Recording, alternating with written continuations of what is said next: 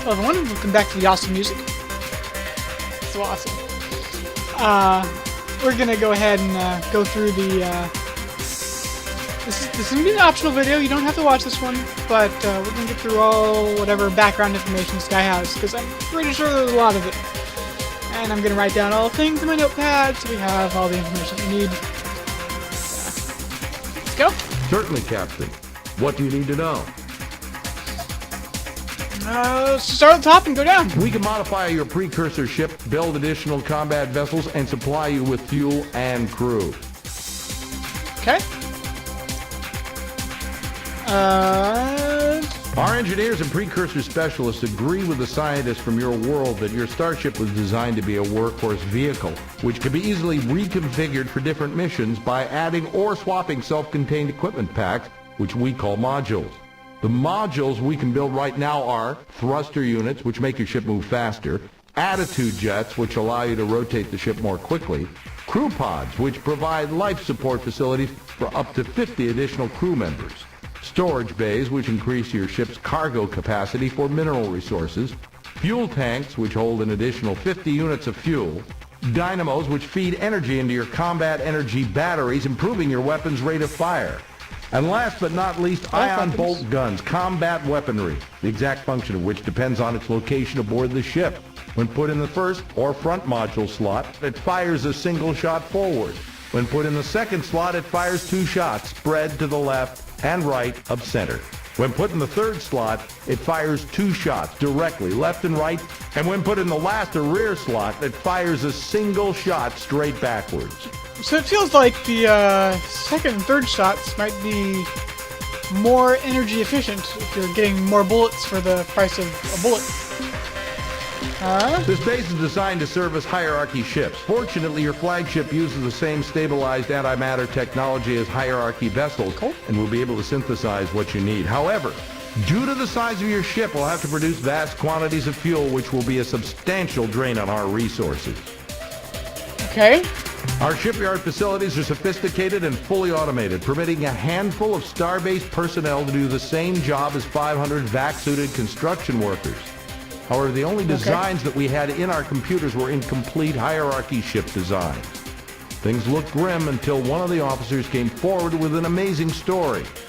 Even though the Urquan destroyed every Earthling cruiser in the fleet nearly 20 years ago, one of my maintenance engineers was a Starship production assistant at the Detroit shipyard. When Earth was conquered, she was ordered to destroy all ship construction databases. But she secretly made copies of the blueprint disc and then kept them with her ever since. These discs contain all the data we need to build as many Earthling cruisers as you want, provided you, Captain, can supply the large amounts of mineral resources required to build those vessels. Oh no, didn't do very well against the Ilrath. We could build alien starships here if we had designs for them. However, it's a well-known fact that alien vessels just can't be flown in combat without native starship captains at the helm. If you say so. We have almost 2,000 highly motivated, skilled professionals aboard this starbase, and every single one of them wants a berth aboard your starship. However, each hand we lose to your ship means less manpower here at the starbase, and this is reflected in the crew RU cost. As long as you don't lose too many crew members to combat or planet exploration, the RU cost will remain static. But we have only so many warm bodies on this starbase, and if your needs for crew grow beyond a certain point, the cost could increase dramatically. Okay. Trying not to kill too many people. As you know, Captain, we've committed the entire output of this station to building your flagship and your battle fleet into the strongest force possible. However, our resources are very limited, and we feel you must decide how we are to spend our effort and materials. To aid you in making these decisions, we have implemented a resource allocation scheme. We provide you with a numerical assessment of the station's resources and ascribe a cost to each task we can perform and each device we can build. It's up to you to decide how you're going to spend your resource units, or RU as we call them. To acquire more RU, you must bring resources back to the starbase. These resources can be either in the form of mineral ores gathered from planet surfaces or already refined metals and other valuable materials from the wreckage of enemy starships. Okay, so we can get money by killing people or exploring planets. The most straightforward way you can accumulate resource units is to bring mineral ores back to this starbase. There are probably enough resources in just the nearby dozen stars to build your ship into a powerful battleship or to create a strong task force of combat vessels. I would also recommend that you build several additional storage bays. When gathering minerals, focus on cleaning out one star system at a time. This way you minimize the cost of travel through hyperspace. Okay, sounds good. While I respect your search for abstract knowledge, frankly, Captain, in our present circumstances, I see little use for such data here. Perhaps you can make use of biological information elsewhere. Alright. What else can I tell you? So that was the facilities. Historical data. What aspect of history, Captain? The first Which option. group of aliens? The first option. Okay. Which race? The first The option! Shofixti are a race of intelligent marsupials who had been civilized for only a few decades when the war began. They were discovered in the Delta Gorno star system by the Yehat, who adopted and then uplifted the Shofixti, giving them advanced technology and cultural definition. Shofixti are noble and fearless warriors, Captain. The Shofixti were discovered in the Delta Gorno star system by the Yehat. Adopted. Shofixti are noble and fearless warriors, Captain. In addition, their incredible fecundity and rapid maturation rate kept Alliance ranks solid even at the worst part of the war. You know, I once flew as an observer aboard one of their ships on routine patrol. We never saw the enemy, but I could never stop thinking about the glory device it had strapped to the bottom of its hull. Woohoo! Yeehaw! The Yehat are a race of ancient warrior clans that have been traveling the stars for many centuries. The clans are highly competitive and sometimes even wage war on each other, but the clans are all loyal to the Queen and her royal family, known as the Veepzeeps. The Veepzeeps have been in power for over 2,000 years, and it is said that during their rule, the Yehat never lost a battle. Okay, you didn't tell me, like, where were they? I'd like to think I'm not a bigoted person, Captain, especially when it comes to allies, but there's just something about those Arilu that gives me the creeps. One thing I'll say for them, though, they possess some technique for moving really fast through hyperspace. They never let us know what it was, but sure beats the pants off our fastest ships. Okay. The Genjutsu were leaders of the Alliance, even though they refused to accept formally the title. I don't know if their silicon-based biology is just plain superior to our old carbon models, or if their fantastic intellect were the product of an ancient, peaceful culture. Whatever the reason, I'd rather be taking orders from a Genjutsu than any other life form, absolutely. One of the more amazing things about them was they never used hyperwave communicators. They could send messages naturally, and their natural hyperwave receptors were much more sensitive than even our best units. That sounds important. Okay. We didn't really get much of a chance to learn about those mechanical beings, but I'll tell you what I know. They're the product of a distant, unknown culture who sent a giant factory arc into our region of space many centuries ago. The Mother Arc, that's what the Earth Press called it, churned out millions of robots and finally broke down. I don't know why the Myrnaherm didn't repair the Mother Arc. Maybe they can't. My personal guess as to why they were sent here is that they're on the leading edge of a colonization project. And once the Myrnaherm have tamed enough new worlds, the genuine colonists, whoever they are, will arrive and claim their due. Interesting. Can you tell me, like, where these people are or anything like that? That'd be nice. Most raw recruits saw the Siren as nothing more than warm, breeding pinups. Warm they are, and yes, they do breed most magnificently, but Captain, they are far more than simple joy units. Oh my. The history shows the Siren established and maintained a peaceful culture from the Bronze Age through their discovery of starflight. Before their planet was destroyed in a horrible cataclysm, their world was an Eden. Okay. What other group of aliens are you interested in? The other ones. Which species? The first one. Our enemy is cunning, relentless, and possesses technology superior to all, but perhaps that found aboard your starship. The Urquan are born, live, and die for one purpose only: the subjugation of all other intelligent life in the galaxy. Why? I don't know. They'd probably have an easier time just destroying intelligence, but they're very careful not to use more force than is necessary to achieve their victim's submission. I'd sure like to know what made those wormy bastards as twisted as they are, and I'd like to know why they keep on the move, never stopping longer than it takes to enslave whomever they find. Interesting. The Mycons are hard to get a handle on. In fact, I'm not sure any human has ever had a real conversation with a Mycon. What we know of them, we've learned from their corpses, which, I may add, have a nasty habit of coming back to life when thawed out from a decompression quick freeze. Mycon ships seem to expend a significant amount of energy on life support. This is probably because the Mycon only thrive in temperatures close to the melting point of lead. So Venus. As far as we know, the Mycon are the only race to actively seek out the Urquan in order to become combat slaves. Interesting. Imagine facing a cowardly, mobile clam armed with a howitzer, and you've got a good idea of what it's like dealing with a Spathy. Although they tend to avoid battles as much as their masters will allow, once in battle, a Spathy eluder is one tough cookie. I once heard a rumor, though I don't like to believe in it myself, that a rogue band of courageous Spathy broke away from the main Starfleet, painted their ships black with bright red stripes, and formed the Black Spathy Squadron, dedicated to performing brave and hostile deeds. Like I said, I'd have to see it to believe it. Okay. The Umga. It's unfortunate that the Umga fell to the Urquan so early in the war, because I suspect we would have gotten along well with those big blob creatures. At the very least, it would have been entertaining.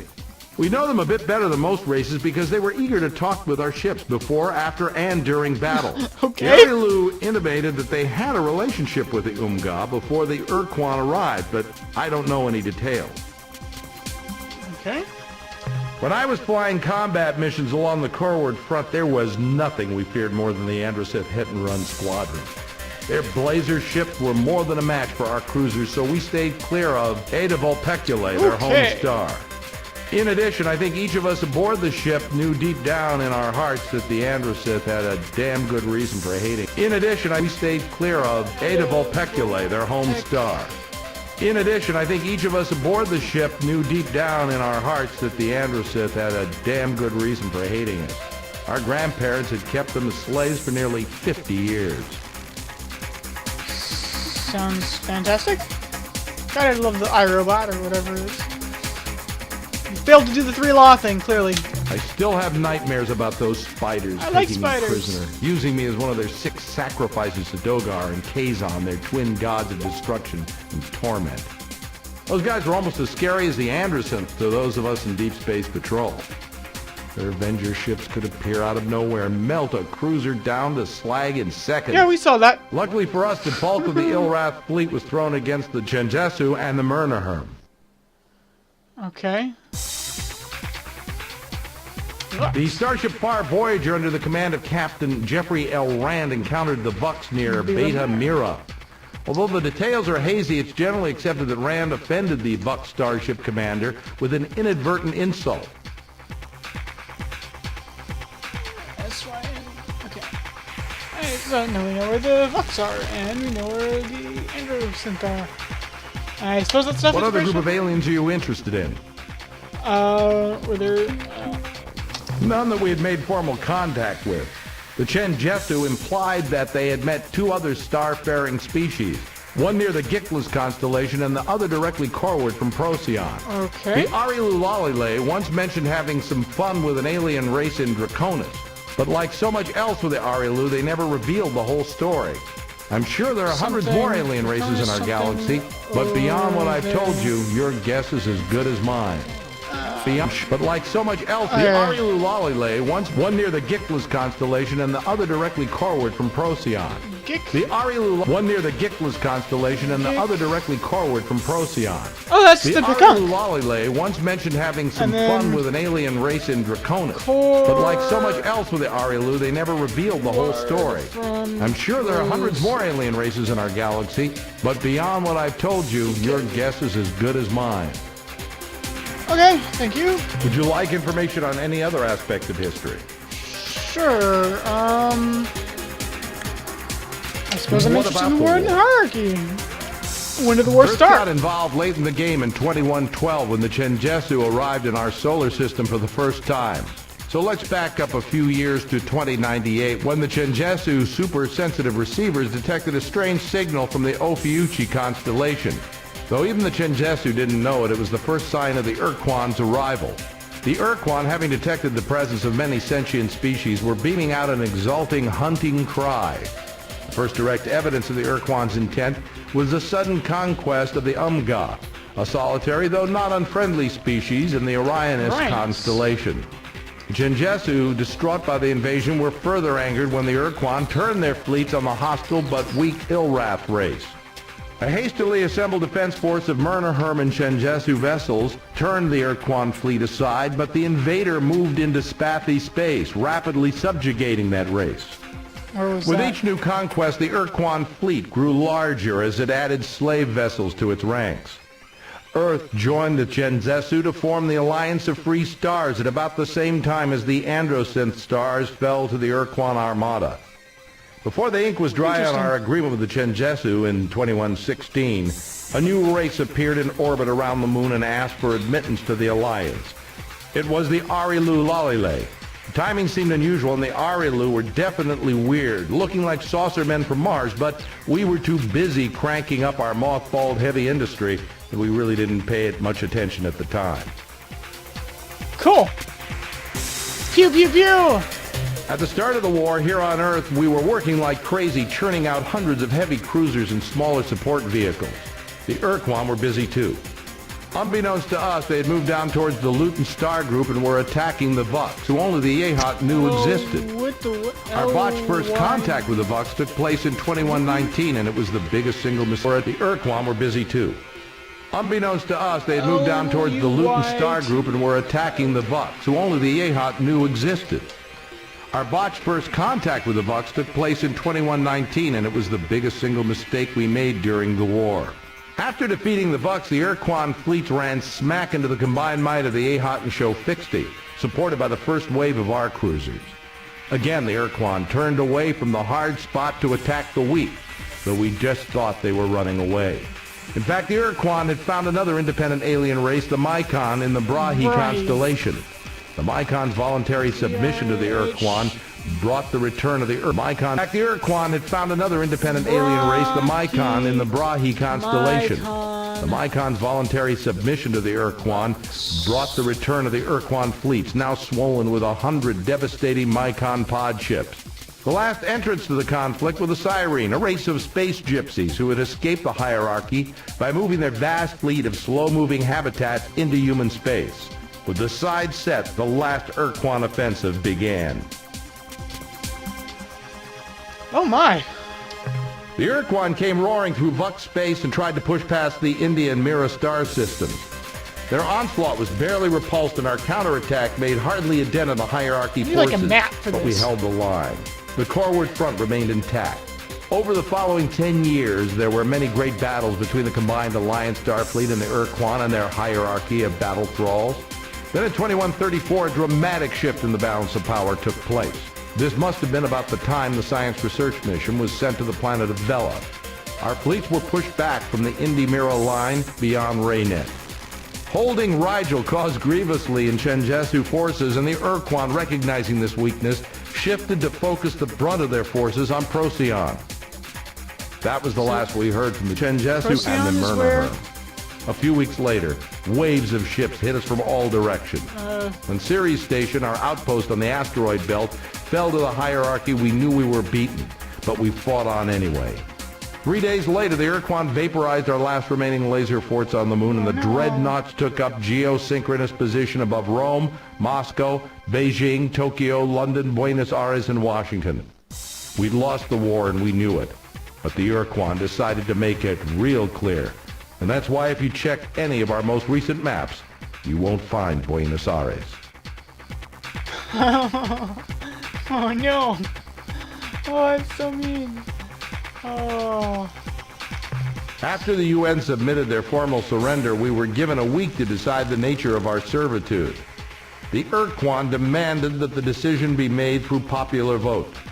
When all the votes were tallied, Earth had chosen not to fight for the Urquan.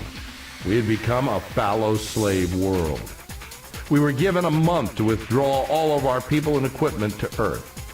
Anyone or anything left off planet would be destroyed after the shield went up. Then the Urquan broadcast an odd message. All objects of human construction more than 500 years old were to be abandoned.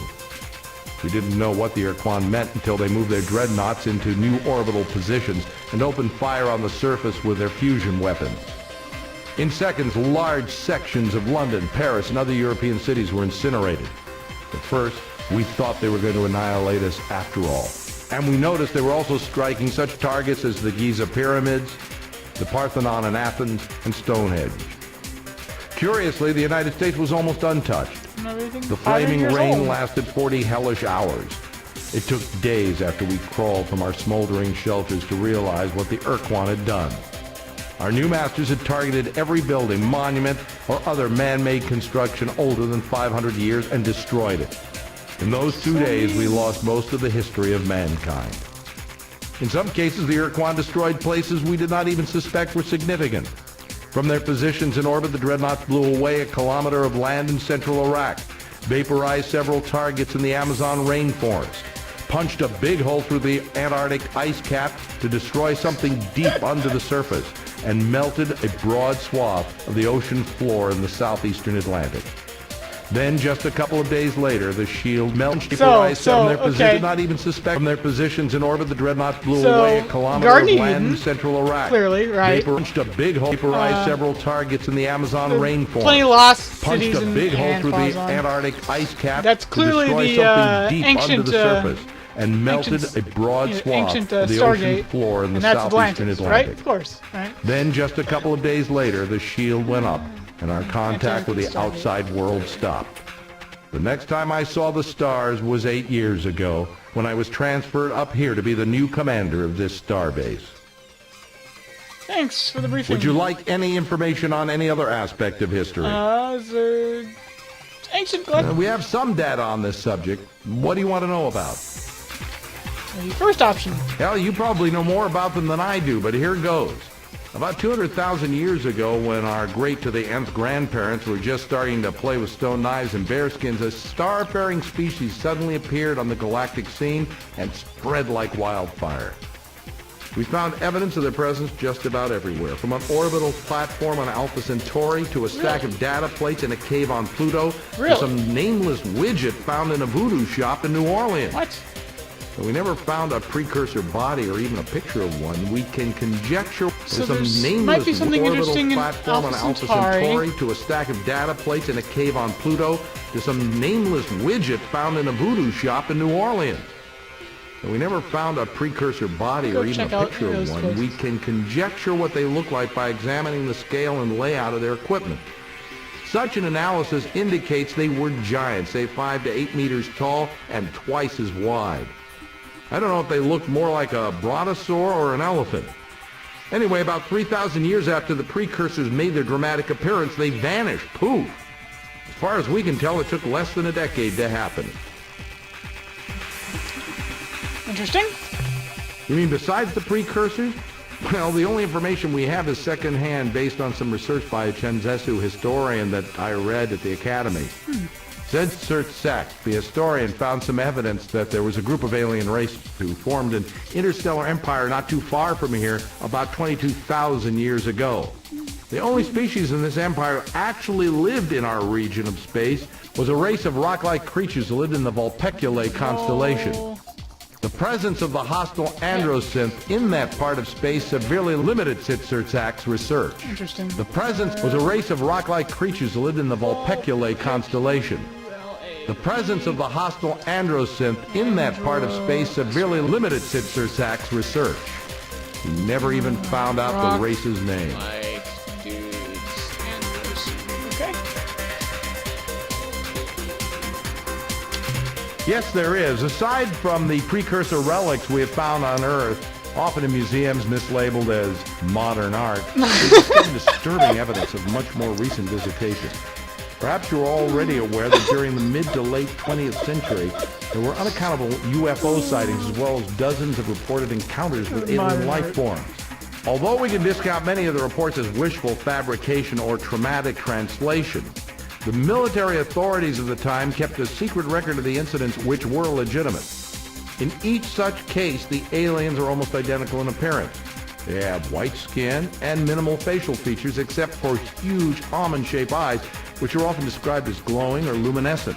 This description fits almost perfectly the Arielu Lalile. In most of the legitimate encounters, the people involved describe being physically examined or modified by the aliens. In some cases, unusual pregnancies occurred, and in almost every instance, there were repeat visitations as though the Arielu Lalile were doing checkups on their subjects. We never got the chance to confront the Arielu Lalile about what they did to us and why. I wonder if we ever will. Okay. Arielu Lalile, Arielu Lalile. Would you like information on any other aspect of history? No history, I suppose. Anything else? Okay, we got the historical. Can you be more specific? If you have the patience, I would recommend you spend several months or even a year gathering mineral resources. You can find such minerals on almost any planet's surface, but the quality and density will vary depending upon the type of planet you're on. Good to know. Base metals are probably the most common materials you'll find, but they aren't particularly valuable. You can find rarer precious and radioactive elements on metal-rich worlds such as Mercury. An old miner once told me that you could tell the relative quality of a planet's minerals based on the planet's color as seen from space. Remember the color sequence from good to bad? The miner had a mnemonic that went something like, very young orangutan could grow bananas perhaps rather well. It is also the case that mineral yields will be better at hotter stars. Temperature is related to the size and color of a star. Okay. Red stars are the coolest, then orange, yellow, green, blue, and the hottest stars are white. Okay, so, okay, I got the heat thing, and then there's very young orangutans could eat oranges very well. I don't really know what is good or bad. Okay, so, okay, sure. That all depends on whom you meet, doesn't it, Captain?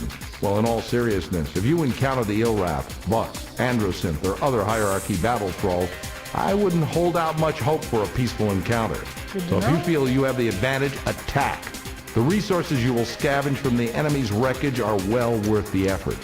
If you can find Alliance races who are in a position to help us, then you must convince them to join with us. Their assistance may be crucial to our success. Sounds fun. What else? Let's see. You need to build up and balance the strength of your flagship. I would add thrusters up to, say, 5 or 6. Speed is essential in combat, but it would also pay off over the long haul in hyperspace. And if you prefer to avoid confrontation, nothing beats a great pair of legs. I would add turning jets for increased maneuverability. I would add enough weapons to defend yourself if you're caught without escort ships. You need more crew, at least 50 to make productive voyages into space. You need additional fuel, at least 50 units. Your weapons will be underpowered in combat if you don't have at least 1 dynamo. Use the resource units you have accumulated to improve your flagship. Interesting. That felt a little bit generated. You know, it felt like there was cuts in his voice dialogue, so I suspect that will change over time. So maybe we'll have to check that out occasionally. Captain, I wish I had an easy answer, but I don't. The only way I can see of liberating Earth as well as the Alliance allies is to destroy the Urquan and their armada of battle thralls entirely. To defeat our enemies, we will need awesome strength, both in your flagship and the fleet, as well as the assistance of powerful new allies. Though combat will be unavoidable and sometimes necessary to achieve our goal, I'm certain your wits will be at least as important as your weapon.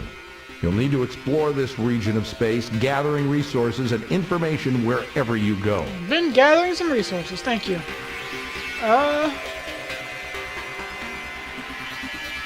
I don't know, Captain, but I suspect their battle thralls know more than we do, so I suggest you try to gather information from them, perhaps by force. Okay. At first, your ship will be far too vulnerable to permit frontal assaults on the Urquan. Even when your ship is at full power, we're faced with the reality that the hierarchy has thousands of ships. You cannot win the fight alone, Captain. You need allies. I don't know. Also, I'm pretty towards the good. end of the war, when the hierarchy Yeah, broke probably. through the Corward front, we heard rumors that the Urquan had unleashed some kind of super weapon which was unstoppable by normal means. You need to find out if that rumor was true, Captain, because if the Urquan do have such a weapon, we'll have to find some way to stop it, or all our efforts are for naught. Good to know. If you encounter an unknown alien race, proceed carefully and diplomatically. We need all the friends we can get, and we certainly can't afford any more enemies. Remember, Captain, with your precursor starship, you hold awesome power. But there will With be awesome situations power when dealing becomes with an awesome alien race where a responsibility. carrot will serve better than a stick. But first, you must determine what carrot the alien wants. You need to accumulate enough resources so we can build up your flagship and assemble a strong fleet. I'd also recommend that you acquire blueprints for other more powerful ships than our trusty cruiser.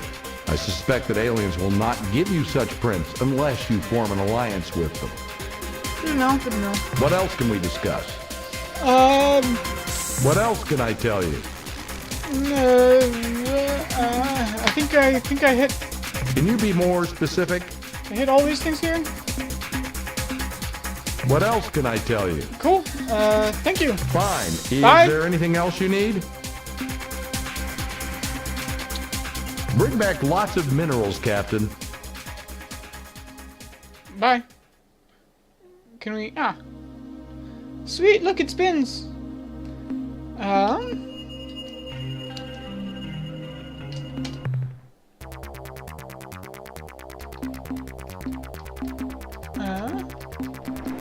How do I,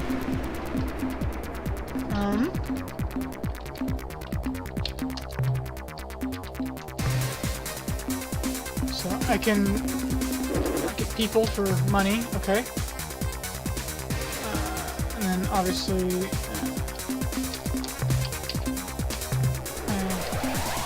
cruisers are expensive, okay. I don't know if I really want a cruiser. Okay, let's take a look at our starship. So, fuel sounds good. Fuel is expensive. Okay, modules. What do we have here? Crew pods, storage bay, pew pew.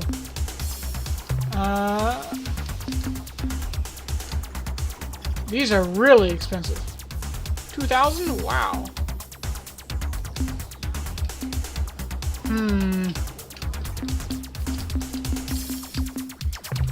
Let's get a storage bay. That feels useful. And then speed feels good. Maybe we won't get another planetary lander quite yet. Okay. Seems to be all we can really afford. I'm kind of tempted to take out some of the turning jets, but I do like the turn. Like shit feels slow, very slow.